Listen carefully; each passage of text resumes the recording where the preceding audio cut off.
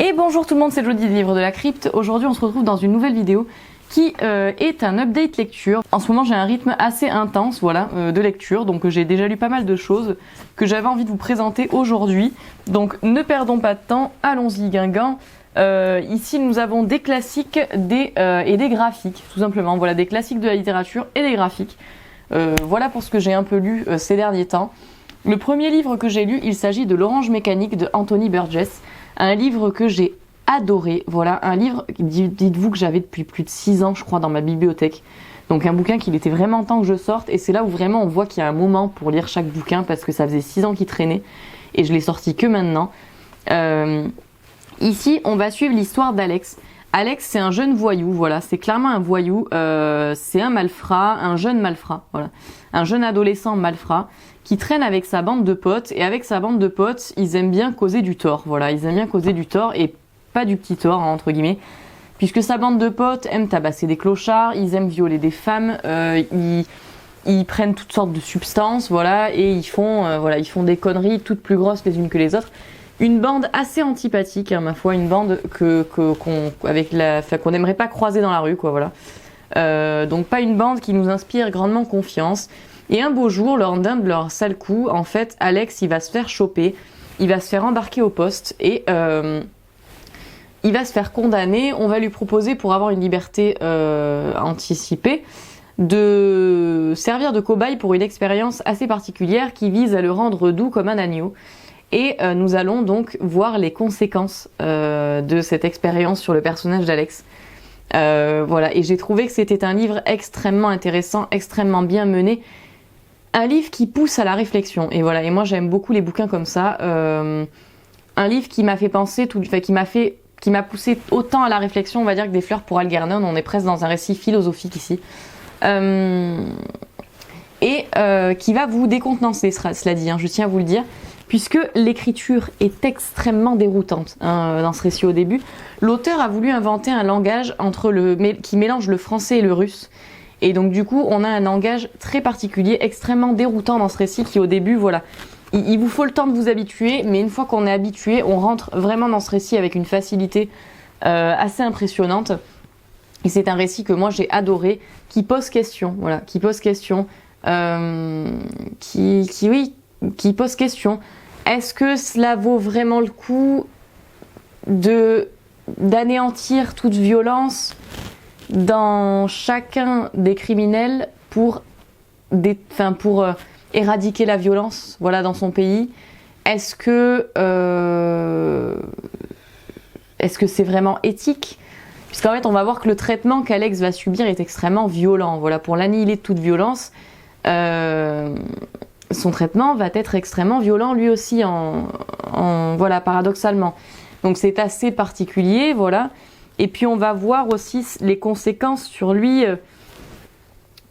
puisque notre personnage, en fait, alors qu'il nous est totalement antipathique et qu'on le déteste au début du récit pour ce qu'il fait, nous fera presque de la peine à la fin du roman, même si on n'a pas envie d'avoir de la peine, puisque on va le retrouver dans un état de détresse assez absolu, avec beaucoup de rejet envers lui et une dépression, voilà, qui va le pousser à tenter de se suicider, donc quand même une dépression assez importante. Et on est dans un récit, voilà, qui pose vraiment question. Moi je n'ai jamais vu le film en plus, film classique, hein. Clairement on a tous vu une référence au film de Stanley Kubrick, et moi je ne l'ai jamais vu, donc c'était une vraie découverte pour moi. Et quel bouquin incroyable. Je ne peux que vous le conseiller, voilà, qui pose question sur la notion de violence, sur la notion de justice, c'est très intéressant, très intéressant. Nous-mêmes, on ne sait pas trop quoi penser face à ce qu'on lit. Très bien fait. Très bien fait. Un livre que je vous conseille vraiment, vraiment, vraiment énormément. Un livre qui du coup, a marqué ma vie de lectrice, hein, voilà. Je peux le dire. C'est assez rare quand un bouquin me fait ça, mais là, voilà, là, vous allez voir que je vais vous présenter des bouquins ici qui ont marqué ma vie de lectrice, et celui-ci en fait partie du coup maintenant, puisqu'il est incroyablement bien fait. J'ai adoré ce récit. Autre livre que j'ai à vous présenter, il s'agit d'un graphique, je vous l'avais présenté ce graphique. C'est Eerie and Creepy présente Bernie Wrightson. On est avec des comics d'horreur, hein, assez classiques, voilà. Des comics d'horreur classiques, mais très intéressants, comme vous pouvez le voir dans cette planche, dans la forme. très dynamique, très très sympathique. Bernie Wrightson, je ne le connaissais pas, mais la seule chose que je savais, c'est que son œuvre Jennifer avait été adaptée dans les Masters of Horror ou dans les Fear Itself, je ne sais plus. Et on trouve cette œuvre dans cette anthologie de comics, c'est ce que je trouvais intéressant, j'avais envie de voir du coup la différence. Et j'ai beaucoup aimé, voilà, on a des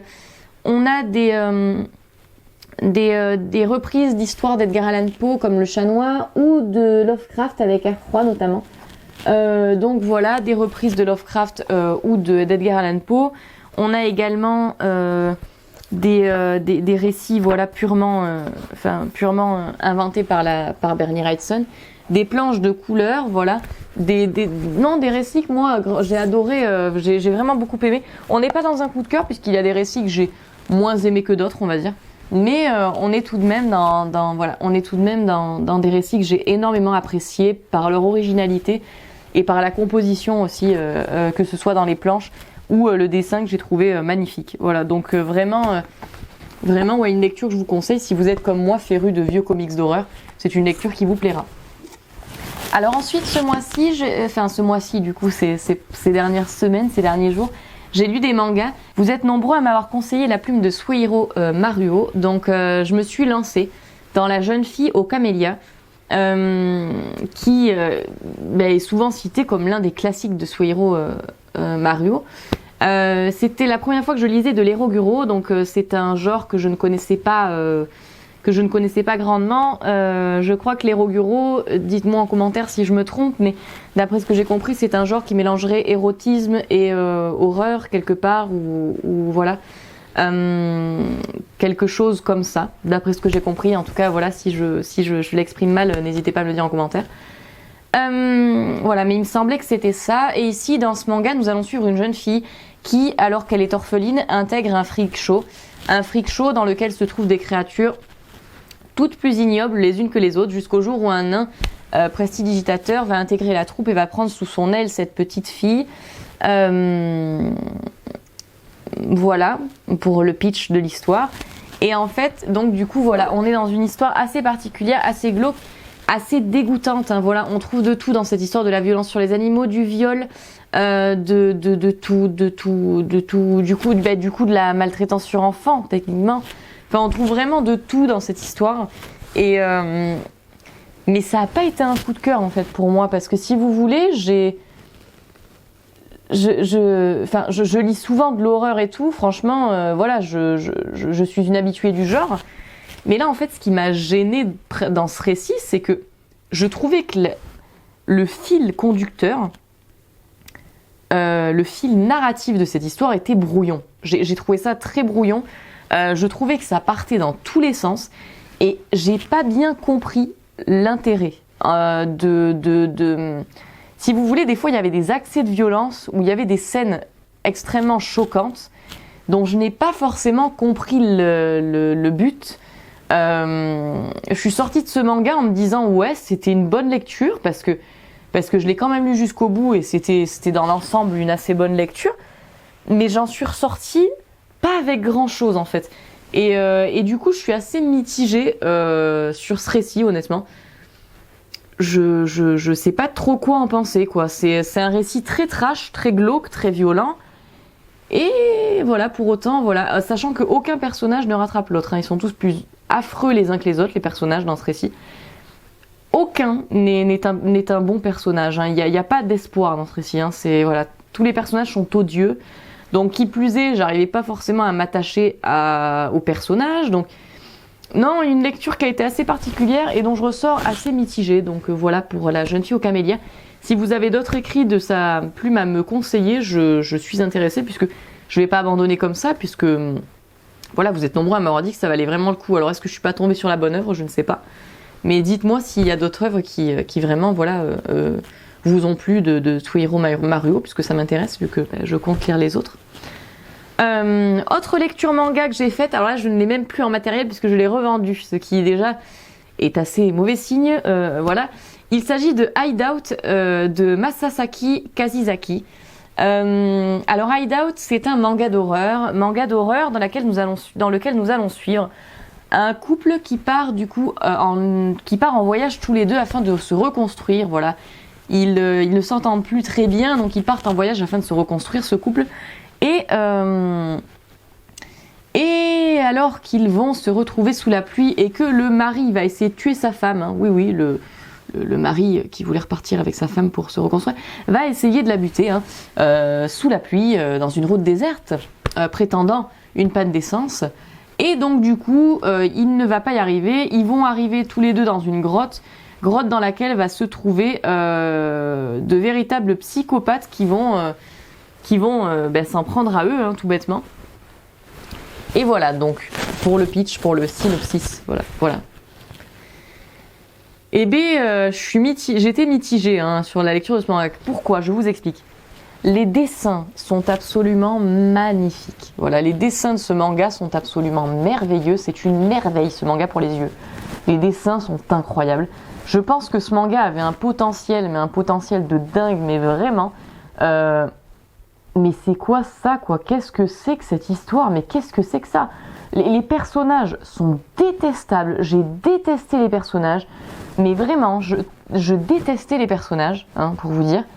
Je ne comprenais pas leur choix. Voilà, je ne comprenais pas les choix de ces personnages dans ces récits, qui selon moi n'avaient aucun sens, étaient complètement what the fuck à des moments. J'étais en mode mais qu'est-ce que vous foutez quoi ?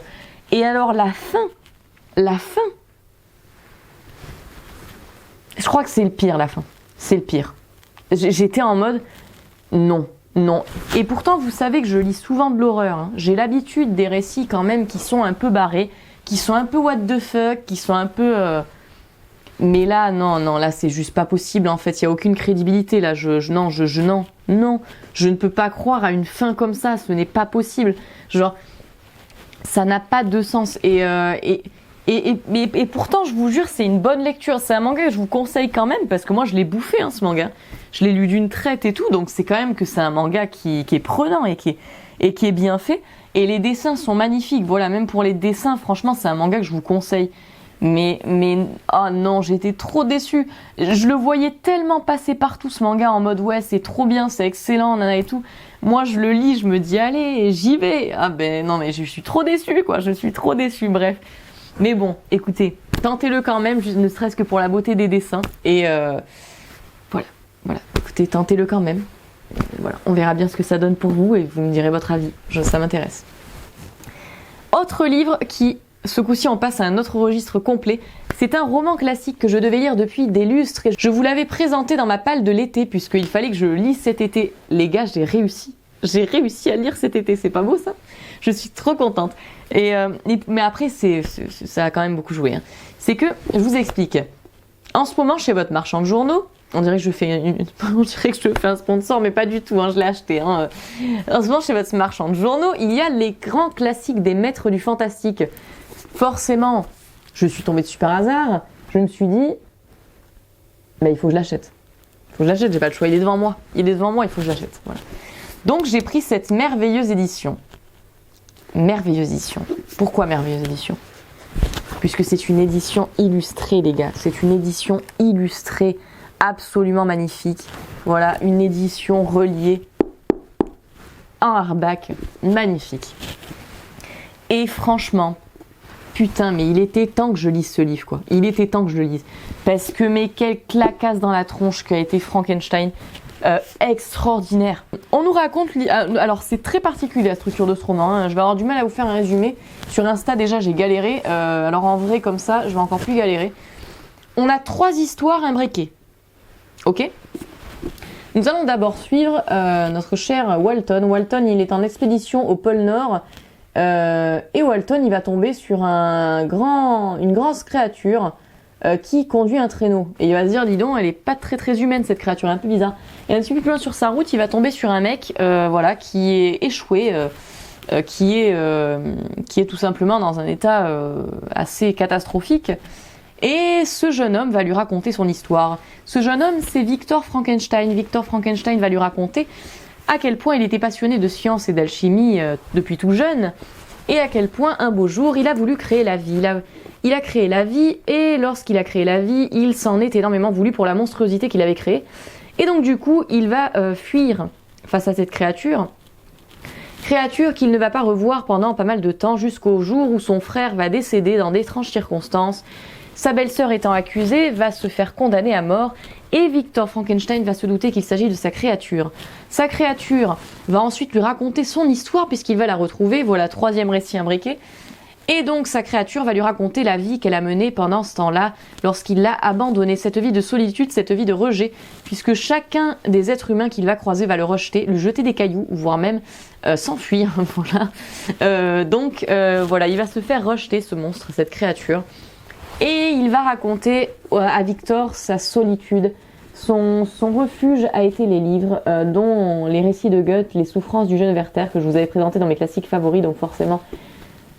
il fallait pas m'en dire plus. Et donc du coup voilà à quel point il va se réfugier dans le livre et dans l'observation également d'une famille, pendant tout ce temps, jusqu'au jour où il va vouloir les retrouver et cette famille va le rejeter comme tous les autres. Il va avoir soif de vengeance et il va vouloir se venger de son propre créateur. Voilà, je vous ai complètement spoilé sur Insta. Là, je vous ai quand même pas mal spoilé, hein, mais je peux pas faire autrement, quoi. C'est un récit qui est trop compliqué. Je vous ai pas raconté la fin encore. J'ai pas fait comme sur Insta. Sur Insta, je vous ai raconté la fin. Mais là, je vous la raconte pas en vidéo parce que j'ai vraiment envie que vous le lisiez. Mais c'est trop dur de raconter cette histoire sans spoiler, les gars. Je vous jure, c'est vraiment trop dur. Et mais quelle histoire! Quelle histoire! Un récit qui m'a ému au plus haut point, que j'ai trouvé absolument magnifique. Je l'ai trouvé merveilleux ce récit. Là aussi, c'est encore une fois un questionnement, quoi. Qui est le monstre? On se questionne comme dans l'Orange Mécanique. Qui est le monstre? Qui est le monstre finalement dans ce récit? Est-ce que c'est la créature? Est-ce que c'est son créateur? Est-ce que ce sont les êtres humains qui le rejettent? Qui est le monstre? On sait pas trop. On se questionne en fait. On se questionne. Voilà, sur cette notion aussi de solitude, de quête de l'amour de cette créature. On ne peut que comprendre chacun des personnages de cette histoire. C'est une évidence. Ce créateur qui regrette ce qu'il a fait, cette monstruosité qu'il a créée, qui a énormément de regrets face à ce qu'il a fait. Cette créature qui n'a jamais demandé à vivre et qui pour autant est dans une vie où elle est malheureuse, seule et rejetée. Non, c'est très intéressant. Un récit extrêmement intéressant, un récit très émouvant, un récit dont je ne vous dis pas la fin ce coup-ci, mais qui a une fin que j'ai trouvée incroyable. Et on sait tous que c'est rare, les auteurs ou les autrices qui arrivent vraiment à nous faire des fins comme ça, satisfaisantes à souhait, des fins où on n'aurait pas vu mieux. Et là, pour le coup, c'est clairement le cas. Je ne peux que vous conseiller de lire Frankenstein, quoi. Et je ne peux que vous le conseiller.